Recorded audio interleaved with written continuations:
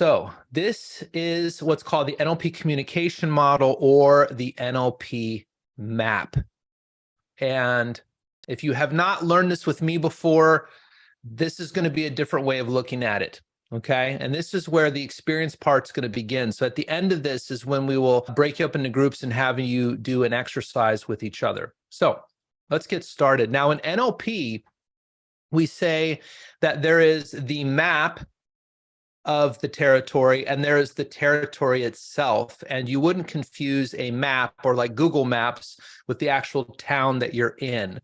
Another way that I like to think about the map is a collage, and I'll get to that in just a moment. But so we always start this conversation with the territory, and this is reality. One way to think about this is if I'm talking with James and we're comparing videotape surveillance of what's going on outside his home or what's going on outside of my home, this is reality. These are the facts. This is what's actually occurring. And according to Csikszentmihalyi in a book called Flow many years ago, there's about 2 million bits of information that we can take in through our minds at any 1 second. Now, Bruce Lipton has some different numbers, and the only thing that's really relevant about these numbers is that you get there's a big difference between what's available and what you can actually take in. That's really the most important aspect of this. Okay, but he estimates there's about 2 million bits of information we can possibly take in at any one moment. But out of that, we're lucky if we can retain 134 of those 2 million between our conscious and our unconscious minds. So needless to say, we're never getting the whole picture. We're never seeing the whole elephant. We're maybe seeing the tail of the elephant, or even more accurately, a hair on the tail of the elephant. So there's 3 blind monks, and they've been in a monastery their whole life. And now they're getting ready to retire. And so a village boy has been brought to lead these 3 blind monks through the jungle to another monastery where they're going to retire. Now, their whole life, they've heard the cries of the great elephant, but they've never experienced it. And along their journey, they run into an elephant. And so the monks are like, oh my God, we must experience the elephant. So the first blind monk says, please take me up to the elephant and let me experience it. So he takes them up to the trunk of the elephant. And so being blind, he just feels the trunk of the elephant and he feels it moving around and swirling around. He goes, my gosh, this elephant, he goes, it's like a giant snake. It moves and it swings around and it does all this movement. So the second monk, who's also blind, of course, gets, excited about this and says, boy, take me up to the elephant as well. But the first monk is still playing with the trunk. So the boy takes the second blind monk up to the leg of the elephant. And all he can feel is that it's really big and solid and it doesn't seem to move at all. And it's like a tree trunk. And he goes, my gosh, it's not like a snake at all. It's like a tree trunk. And pretty soon these 2 blind monks kind of start arguing back and forth a little bit. So finally, to clear up the confusion, the third blind monk says, boy, take me over to the elephant as well. And so by now he kind of figures out what's going on. So he takes the third blind monk up to the tail of the elephant. And so now he's feeling the tail, and it's long and straight and sturdy like a broomstick. And at the end, there's all these bristles like a broom. And he goes, my God, he goes, it's not like a snake or a tree trunk. It's like a broomstick. And so the question is, who's right and who's wrong? They're all right and they're all wrong at the same time. We're never getting the whole picture. We're getting a very small bit and piece of the larger picture, just like the 3 blind monks. They were all correct in their own experience, but there was so much more to the elephant to discover. So that's why you will often hear me saying, if it sounds like you're stuck in your map, I might say, I wonder which part of the elephant you're looking at right now. Playfully so. Okay? All right. And so what we do is we take in just a little bit of information, and we're limited by our senses. For those of you who are having technical difficulties today, right? How frustrating is it to get the whole message, Imelda, when you're hearing bits and pieces and you keep losing connection? Or think of the times you've been on a cell phone with spotty connection, right? And you hear like every third word. It's really hard to understand the communication that another person's trying to share with you. Or for those of you who have children and have come home late at night and the toys are still on the floor, but the lights are out. Or you come home and you forget to turn your porch light on, and now you're trying to find the keyhole with your key and you're losing visual information, and it's much harder to achieve your goal of unlocking the door. Simple as that. Think about people who get they get their thyroid radiated. So let's say they have thyroid cancer, they get radiation on their thyroid. These people often lose their ability to smell or taste for a period of time, if not indefinitely. Imagine if you couldn't smell the milk and know when it went bad, or the fish and know when it had turned. How challenging that would be. So we're really limited by our senses and how well they're functioning. So what we do is we make this map or this collage in our minds about this external experience. The reason I like to use the word collage is because we've all made a collage in our life, right? Maybe a vision board, some of us, right? Or we've made a collage, and it's limited. If you get a poster board, or even a big one that's like 3x5, you can only put so much stuff in it before it's full. And then once it's full, that's it. You can't really put more in unless you take something out or replace it or put it on top of something else. And so our minds work a lot in the same way. And we take in some pictures, we take in some sounds, we take in some smells, we take in some tastes, we take in some touch or sensations about what's going on. And that is what we use to build this collage or this map in our mind internally about this external experience. And in NLP, what we're suggesting is it's this internal map that we're responding to, not to reality as it is, because we can't see the whole perspective. For those of you who are parents, think about the time when you have, let's say you have multiple children and one child comes and tells you something the other child did to them. Well, that's only part of the story. And it often changes once you hear the story from the other child. And then sometimes when there was an adult present, you get a totally different third story. And the more of these stories you put together, the better you start to understand what's actually going on. But it's still quite limited. And in NLP, there are 3 primary ways we go from 2 million down to 134. The first one is we delete tons of information. We are always deleting information that's irrelevant to us. And most of the time, we're not aware of deletion until it comes back into our awareness. So for example, I remember the first time I discovered that the boy's mom was pregnant with our son, my first son. And, we were married at the time, and I suddenly discovered she was pregnant. Before that, I wasn't against children. I didn't dislike them in any kind of way, but they just simply never occurred to me. So I didn't notice kids. I didn't notice kid things. But that next morning on my way to work, sure enough, as soon as I get on the road, what's the first thing I see? A pregnant woman walking down the side of the road. I go, wow, she's pregnant. Wife's pregnant. Isn't that a coincidence? Then all of a sudden I see a minivan pull in front of me. It said baby on board. And I thought to myself, oh, I'm never getting a minivan, which of course I did. Right, eventually. But I noticed that. And then when I went to the Starbucks that I'd been to for like the last 5 years, like daily, that day I noticed for the first time there was a daycare next door. I'd never even noticed it before. Suddenly it was like, that's why I can never get parking between 7:30 and 8. That's the drop-off time. That's why there's all those moms with kids and strollers in the Starbucks, and it's so loud all the time. It all made sense. And on the way to work that day, I noticed a children's hospital, a Toys R Us, and a school that I'd never seen before. And they'd always been there, but my mind deleted them. For some of you, it was the first time you bought a house. Suddenly, you're looking for houses. Suddenly you see for sale signs everywhere, right? Or if you're in construction, suddenly you see construction sites everywhere. Or maybe the last time you bought a new car, suddenly you see that new car everywhere. So if you have an example like that, put it in the chat. And we're going to do a fun little experiment here in a minute. Now, with the experiment we're going to do, because the thing is that, again, experience trumps knowledge every single time.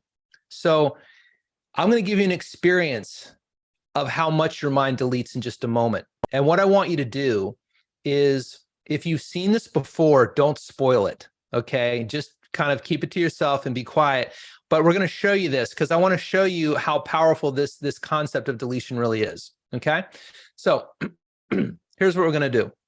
Yeah, there you go. Nora's saying when I decide to buy a white Jeep, I start seeing the white Jeep everywhere. Yeah, that's so common with cars. And so there's something in your brain called the reticular activating system, which just means when you focus on something, you tend to see it, and you tend to see it everywhere you go. Well, we've all heard the saying, try not to think of a pink elephant. And of course, you can't do it. All you can do is make a picture of a pink elephant, and then you are tasked with the idea of trying to then get rid of it. So the mind really doesn't understand negation. And so for many of you who have unnecessary stress and pressure in your life, the thought of, I really don't want to be stressed is probably on your mind a lot, which means you have to think about the stuff that stresses you out to even process that information. That might give you an idea what you can do with it. So let's have some fun. This is the awareness test. We're going to have you watch it, and then your job is simply to count how many times the team in white passes the ball back and forth. That's all you got to do. Okay, so if you've seen this before, don't spoil it, but you want to count. And then if you haven't seen it before, you can put your answer in the chat when I say to, but not yet. But for now, just watch it and count how many times the team in white passes the ball. This is an awareness test. How many passes does the team in white make? Go!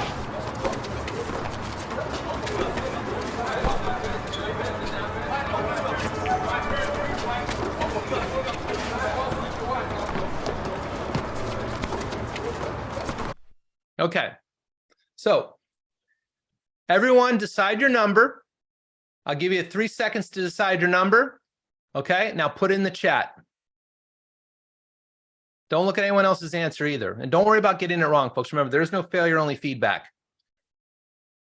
We got 13, we got 11, we got 11, got another 13.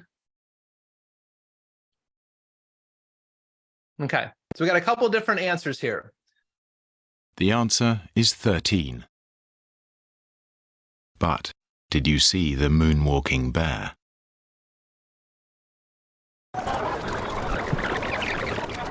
Go!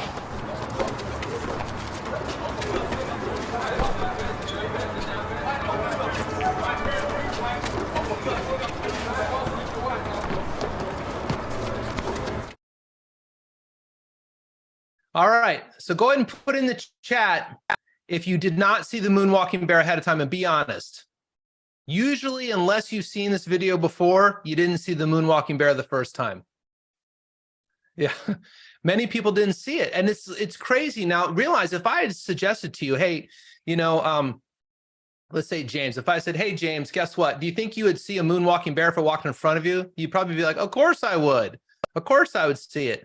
But the thing is that your mind has such a limited attention span that what you tend to focus on first will dominate your consciousness, and it will push everything else out. And so that's why it's so natural for us to not see things like that, particularly when we're focused on something else. And so for many of us, the team in white is all the things in life that aren't going the way we want, all the things we don't want. And the moonwalking bear is all the things we have in our life to be grateful for and that are quite wonderful and amazing. But because we're focused on kind of that darker aspect of life right at this moment, we miss all of that. So the good news in that is if you don't like what you see in your life right now or how things are, it could be you're just looking at the wrong part of the elephant, folks. Okay? Maybe step back, get some perspective, and grab another piece and keep going. All right, the next one is distortion, and this is another really, really interesting one. How many people, put in the chat, have had the experience of saying something to somebody else and having them take it the wrong way? Or they said something to you and you took it the wrong way? So put a hand up, or yeah, put in the chat if that's been your experience. This happens to all of us. And so the other way that we kind of start to pare down information is we distort it. And to understand how distortion works is to understand how your mind works. One of the reasons we distort so much is our minds rely on comparative analysis. It relies on having something to compare something else to know what it means. And I'll give you a really good example of this. So I'm going to show you this little picture here. And I'm curious if anyone's ever seen this before. This is what's called the hot-cold coils, and it's based on a process called the thermal grill. And it was invented a long, long time ago. Now, on the right side of this coil is a lukewarm temperature, like bath temperature. You could touch it all day long, no problem, no big deal. On the left side is luke cold, just mildly cold, like refrigerator temperature. Again, you could touch it all day long, no problem, piece of cake. But in the middle, the two coils intertwine. So you have the lukewarm and the luke cold right next to each other, intertwined. And the first time you touch it, you'll rip your hand back and you'll feel like it's burning. And it's kind of freaky. And this is at the Kids Exploratorium in San Francisco. So for those of you local, you can check it out.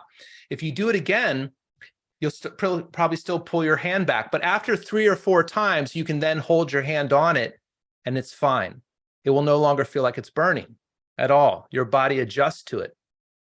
And this is helps you to really understand how the mind works, because the thing is, so this warm and cold, like, why is this? Why does this happen? Well, my theory on this is simple. It's that lukewarm and luke cold would almost never coexist in a natural environment. I think we found maybe one example. It's very rare. So most people would have never had that experience, which means they have nothing stored in their mind about this experience. So it's completely foreign to them. They don't know if it's good. They don't know if it's bad. They don't know if it's dangerous. They don't know if it's not.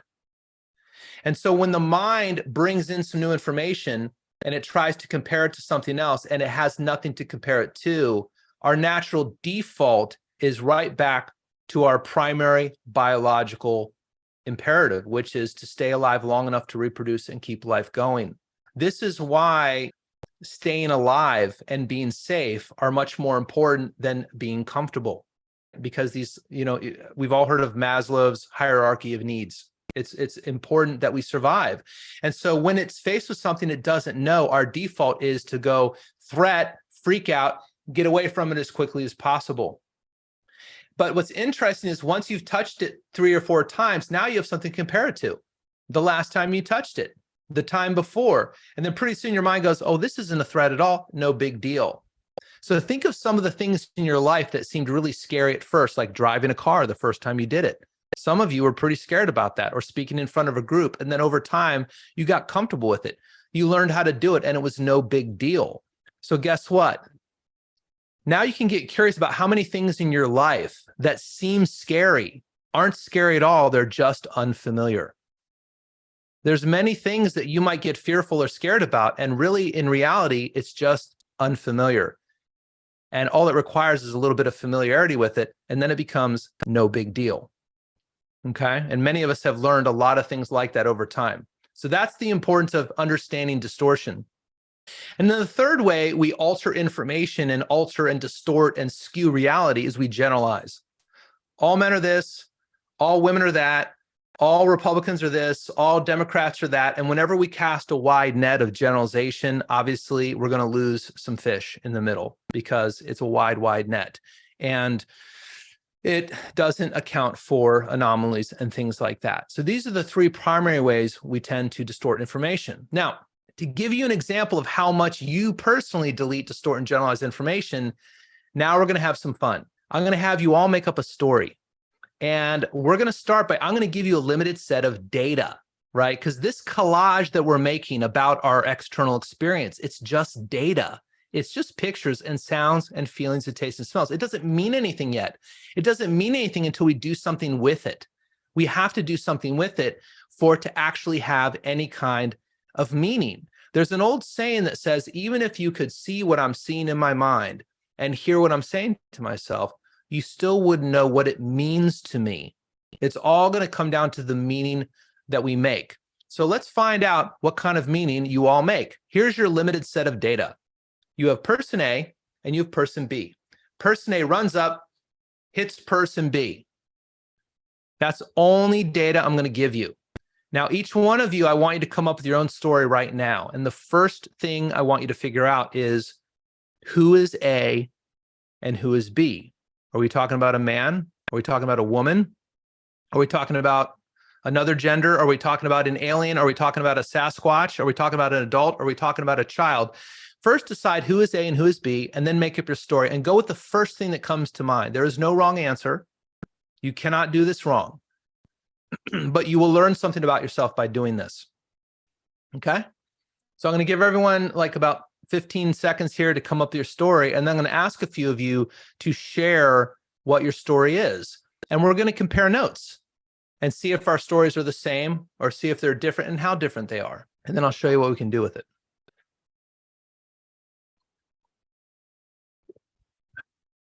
When you have your story picked out in your mind, just go ahead and put it in the chat. And you probably want to make a note of it too. You don't have to put the story in your chat. Just say done in the chat.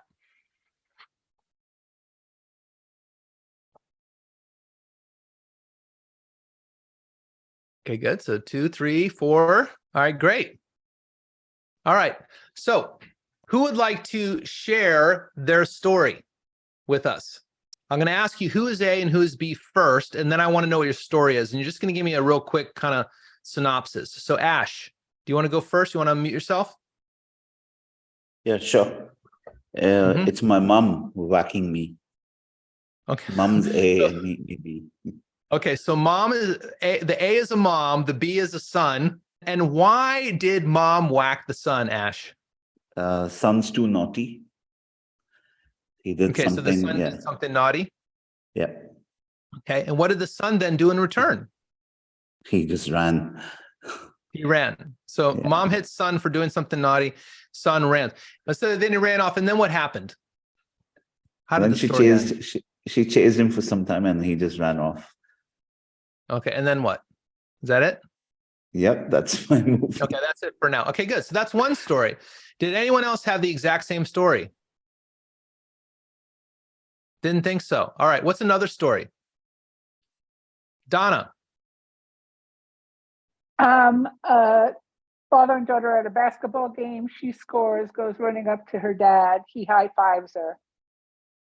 Okay, that's a different story. Sean, what's your story? Okay. It's a baseball game, and person one sees an old friend down in the stands, and that's person B, and he runs up to him and smacks him on the back, and they give a big hug, and they end up watching the game together. Okay, great. All right, Nora, did you have your hand up too? What's your story? My story is A is my mom. So actually, Ash, it was similar to yours. But then in my mind, I was like, my mom hits me with her car. And I was like, I don't really like that type of story.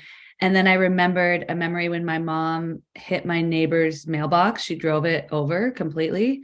Yeah. And all of us kids were in her car. And so A is my mom, B is the mailbox. And then all the kids are like, oh my gosh, mom, you ran over the person's mailbox. And we were like mortified for weeks because their big mailbox was just like under construction for weeks. And everyone knew my mom ran over her mailbox. Yeah. Okay, good. So notice everyone's story is a little bit different, right? And if we dig into it, even if you think it's the same, as soon as we start asking detailed questions, it's always going to be different. Now, we don't have time to go further into this, but if I'm doing like private work with a client, I'll often ask them, okay, did the person deserve it? What's the moral of the story? What's the theme of the story? So this might be something you can ask yourself, because whatever the theme of the story is, like in Nora's case, something happens, it's a pure accident, but it's kind of embarrassing and everyone knows about it and it hangs around for a while. Ask yourself, is that a recurring theme in my life? Chances are it is. Or Ash has this recurring theme of did something naughty, got caught, had to pay a price for it. Ask yourself if that's a recurring theme in your life. It almost always is. And here's why. Because when we take this information in this form of this data and we make this collage or this map in our minds, in order to make sense of it, we have to compare it to other collages in our mind. So you have a library in your mind of collages that are very important and relevant to you and to your ego. And so your mind literally goes, is this like this time? Is this like this time? Is this like this time? Until it finds a match. And once it finds a match, it goes, oh, it's just like this time. Then and only then can we decide what something means. And until we know what something means, we have no idea how we're going to feel about it. And we have no idea how we're going to act in response. So imagine your partner calls you up and says, Sean, we need to talk. this is going to change our lives. I'll see you when I'm back in the country next month. Click. Right now for the next month, you don't know if it's going to be great news, if you don't know if it's going to be horrible news, you don't know, is things going to advance or things going to deteriorate? You don't know what to think, right? Or the doctor calls you up and says, Ivy, this is Dr. So-and-so. We've just got your test results back. We need you to come in to discuss them. And you're going, oh gosh, is it good? Is it bad? I don't know what to feel. When I originally went to college back then, the AIDS scare was really big. And so the big thing on campus was to get an AIDS test. And it was like the first time we were hearing about this. I was 18 at the time. And I remember we would go in and give blood and they said, now look, we're never going to give you your results over the phone. You have to come in to get them. So I remember finally getting that call one day. We've got the results of your AIDS test. And I was like petrified because I was like, I have no idea. Is it going to be positive or negative? And you don't know how you're going to feel until you know what it means. That's the point. Another example is financial advisors. They love to come in and go, well, it's been a bear market and the S&P is outperforming the extended index and yada, yada. And all I want to know when they're telling me that is, look, did I make money or lose money and how much? That's what I need to know, because until I know that, I don't know how to feel about what's happening. Does this make sense, folks? It 100% how you feel about anything and how you ultimately react is going to come down to the meaning you make. And the meaning you make has two parts. This is very important. One part is the story you tell yourself about what it will mean for you in the future. Okay, here's how this meaning is going to affect me in the future. This means good stuff's going to happen. This means bad stuff's going to happen. But the second part of it is how you physically feel in your body in relation to the story. And this is critically important to understand, because if you actually stop and notice, set the story aside, the physical experience of terror, what you feel in your body, and excitement are almost identical. In both scenarios, your heart rate will go up. Your palms will become a little bit sweaty or clammy. You may feel a little bit weak around the knees. If someone knocks on your door and says you just won $10 million in the lottery, tax-free, you're probably going to need to sit down for a minute. Your heart rate's going to go up.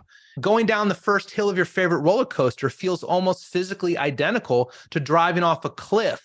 But these are two very different experiences for the average person. One makes you feel excited and gives you what we call youth stress and leaves you energized for the rest of the day if you're a roller coaster junkie like I am. And the other one makes your hair fall out and wrecks your adrenal glands and gives you PTSD if you survive it. Because the meaning is very different. So it all comes down to the meaning we make. And the reason I separate the story from the feeling is don't ever be afraid of what you feel in your body again. Most people who get panic attacks and get anxiety and stuff like that, the minute their heart rate goes up, the minute their palms get a little bit sweaty, they freak out because they go, oh no, this means I'm about to have a panic attack. And that story is what causes it to go out of proportion and get worse. Not the fact that their heart rate's up a little bit, but that their palms are a little bit sweaty. Because they have the same experience, but when they attribute a proper meaning to it or a positive meaning to it, it's actually that what used to be stressful can be energizing. So it's always important to separate the two. Any questions about that? Does that make sense? Yeah? You all with me so far? Okay. All right. Now, have you ever wondered why, thanks for the thumbs up, Imelda. Have you ever wondered why your phone number has a dash every couple of digits? So does your social security number. Anyone have an idea? Feel free to unmute yourself and speak up if you have an idea why that is. I think it helps you remember numbers, like how our brain works. We remember in like maybe threes, or I'm not quite sure, but I think it helps you remember it. Yeah. So in 1957, there was a guy by the name of George Miller who wrote a paper called The Magical Number 7 ± 2. And he had done some study and some research. And what he discovered was on our best days, we can track maybe 9 things consciously at the most. So that's that 7 + 2. But on most days, it's about 4 or 5 consciously. So we have a very limited attention span. So when you take numbers and you break them up by those little dashes, it's easier to remember because we remember it in smaller chunks. This is why the American Express card is so secure, because they're smart. They take all their numbers and put them together all in one, and it's almost impossible to remember that big chunk number. So one way to think about your mind and your attention is like a stereo receiver or like Google Chrome. And whatever you focus on, you will tend to get that to the exclusion of everything else. So for those of you who remember how radios work, if I tune into a classical station, I'm going to hear classical, and I will hear classical to the exclusion of everything else, right? If I tune into hip hop, I'm going to hear hip hop to the exclusion of everything else.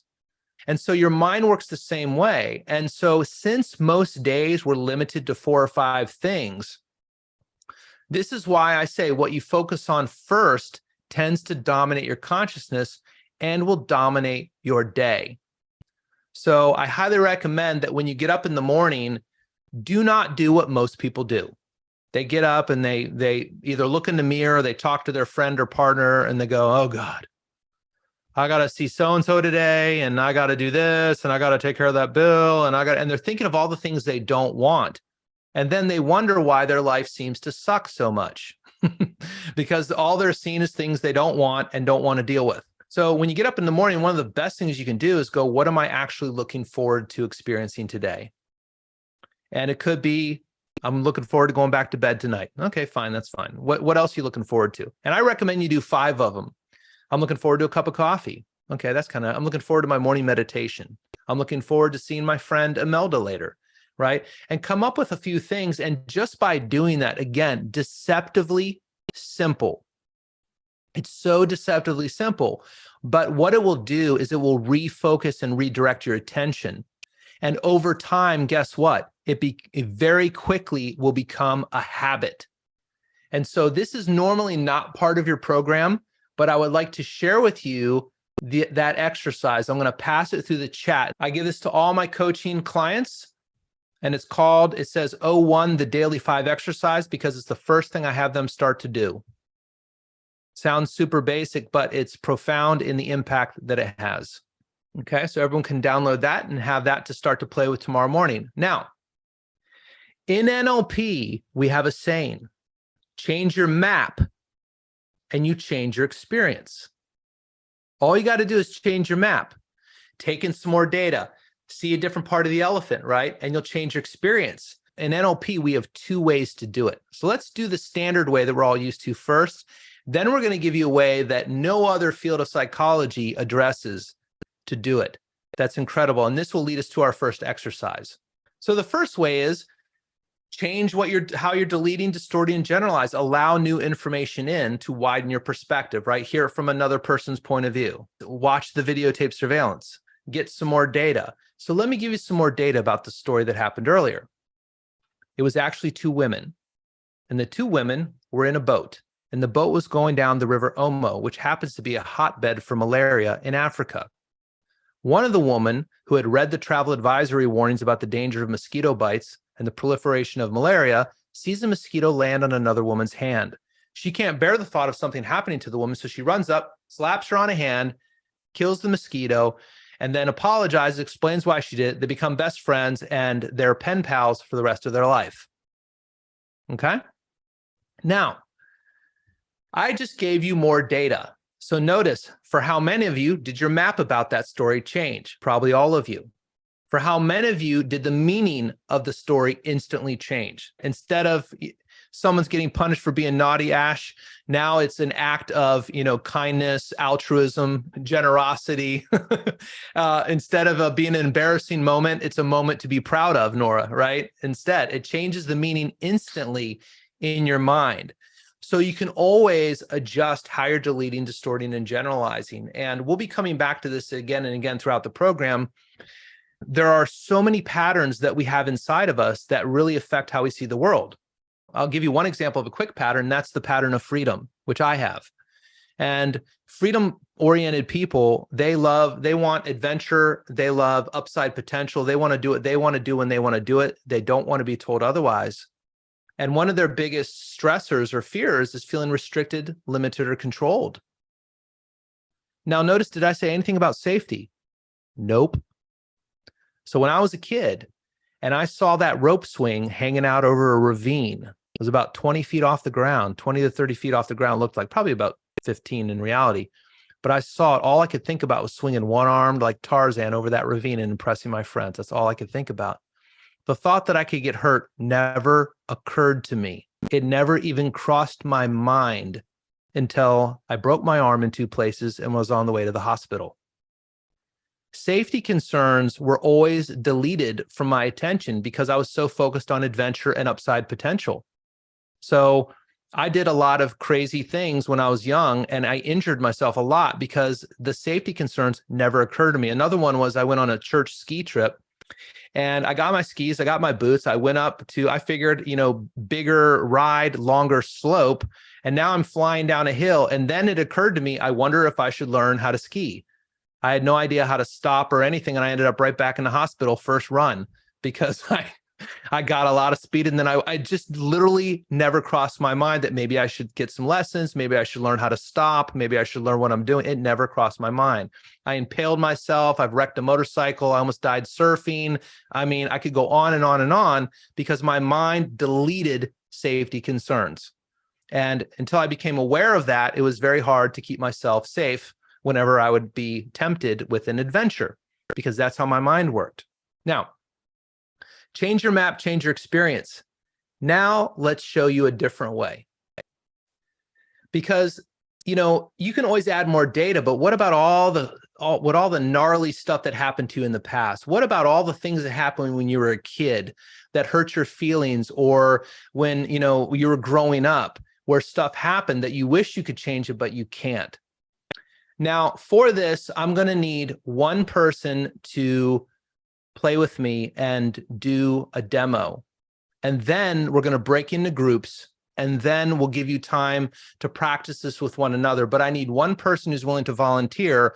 And I'm going to ask you to think of an unpleasant memory, not a trauma, but an unpleasant memory. But you're not going to tell us anything about the memory. So you're not going to have to tell me what happened or a story. I just need you to pick some memory that was unpleasant. And on a scale of 0 to 10, I want it to be like a 7 or above, where it's kind of yucky, but not a trauma. So you can talk about it and stay resourceful.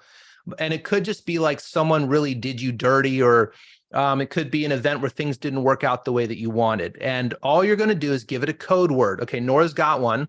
So go ahead and unmute yourself, Nora. Okay. And I'm going to go ahead and spotlight you.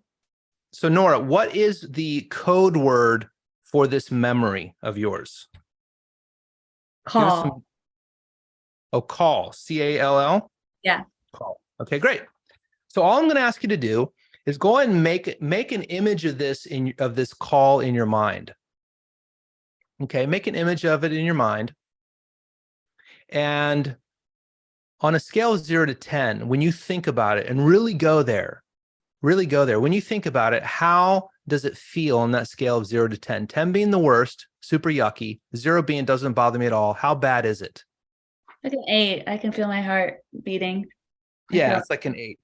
Okay, great. All right, now I'm going to ask you a couple of questions about this memory, but again, it won't be about content. The first thing is I want to know, where is this image located in your mind? Where does it feel like it is in your mind? Does it feel like it's right in front of you? Is it off to the left? Is it off to the right? Is it up? Is it down? Where does it live? I saw it right in front of me when I was recalling it.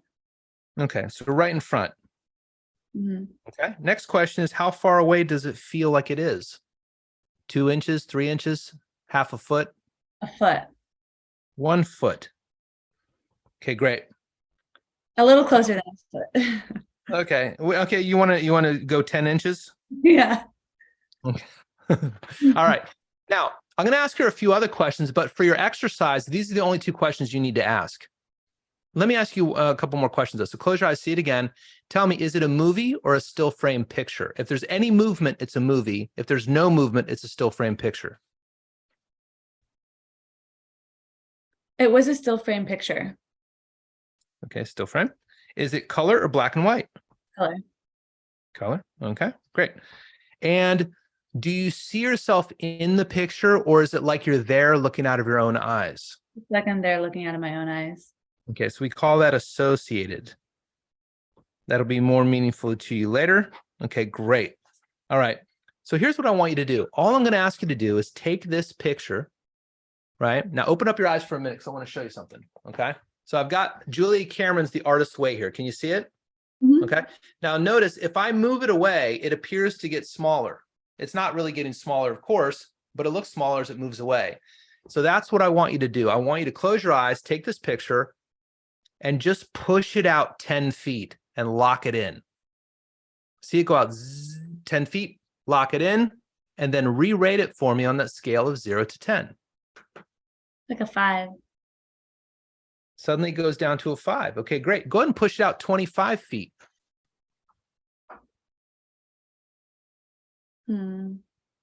Yeah, it feels, there was like a fight in my body. Like my mind was like, yeah, it feels less, but my stomach was like, "Ah!" But then as I saw it go further, it got less, like a 4-3. Now, is there any part of you that's concerned with like completely feeling, I'm going to put 3.5 there to be fair. Is there any part of you that has a concern with letting go of the ick of this memory once and for all? You've got the learning, you've got the lesson, you've got the data. You're not going to forget, right? But is there any part of you that has an issue with letting go of that icky feeling if the memory comes up? Yeah, I guess so. It's an interesting question because I think the icky feeling protects me, but it also hurts me because it keeps me a perfectionist and Yeah. my inner critic. It makes me, but my inner critic is what has made me very successful, but it's also what's made me really mean to myself. But do you really need the icky feeling to protect you, or just the learning from the lesson? You've got the learning and you've got the lesson. The icky feeling's like, you need me, but I don't. My mind's like, no, I don't. Yeah. So just ask your mind if it would be okay to just let that go. Just the icky feeling. You'll keep the lesson, you'll keep the learning. That will not change at all. In fact, the more relaxed and calm you are, the better decisions you're always going to make. That's true. Yeah, you know. Felt it leave my stomach. Perfect. Okay, great. Now what I want you to do is go ahead and move it out 100 feet. You have to squint to see it. You might have to look through binoculars. Lock it in at 100 feet and re-rate it for me. It's a 0. It's a 0. Okay. Now, just for fun, let's try putting it 50 feet behind you, just to see how it feels different. And I want you to notice how it feels different when you put it behind you. It feels like way 0. Like, way 0, like a super 0. Yeah, like it's Okay. Okay, good. You can go ahead and open your eyes. I feel bigger than it. I feel like I have my power back. Yeah. Okay. So you can go ahead and open your eyes, shake that off for a minute. Now, folks, a lot of times I'm going to ask you really weird questions that I know you can't answer. And we call this in NLP a break state. This is like a bookmark between things so that we can get some sort of emotional separation just for a moment. So I might ask you a question like, what's your favorite invisible color, Nora? Yellow. Yellow. Okay. Yeah. Okay, cool. So, or what's the wingspan of an English sparrow? That's from Monty Python. I have no idea. The average wingspan of a sparrow is between 5 and 9 inches. So if anyone ever asks you that again, folks, now you know the answer. Okay. In NLP, we also have a belief. Well, we call it a presupposition, but I call it a belief that the unconscious mind, because it's always working for you, it's never against you, it will always make the best choice available to it at the time.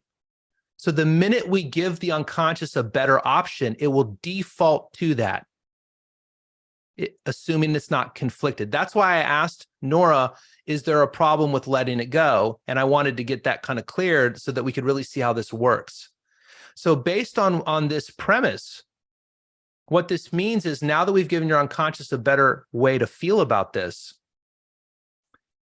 let's see what happens. So what I'm going to ask you to do, Nora, is I'm going to ask you to close your eyes in just a minute. And when I do, I want you to give yourself time to settle. I want you to think about code word call again and it'll probably move around for a bit in your mind. But once it settles, I want you to first tell me, where is it now located? And then how does it feel on that scale of 0 to 10 without you doing any effort? You're just letting it do whatever it wants to do. Okay. So go ahead now, close your eyes. We'll give you about as long as you need. Wait until it settles, and then let me know when it has.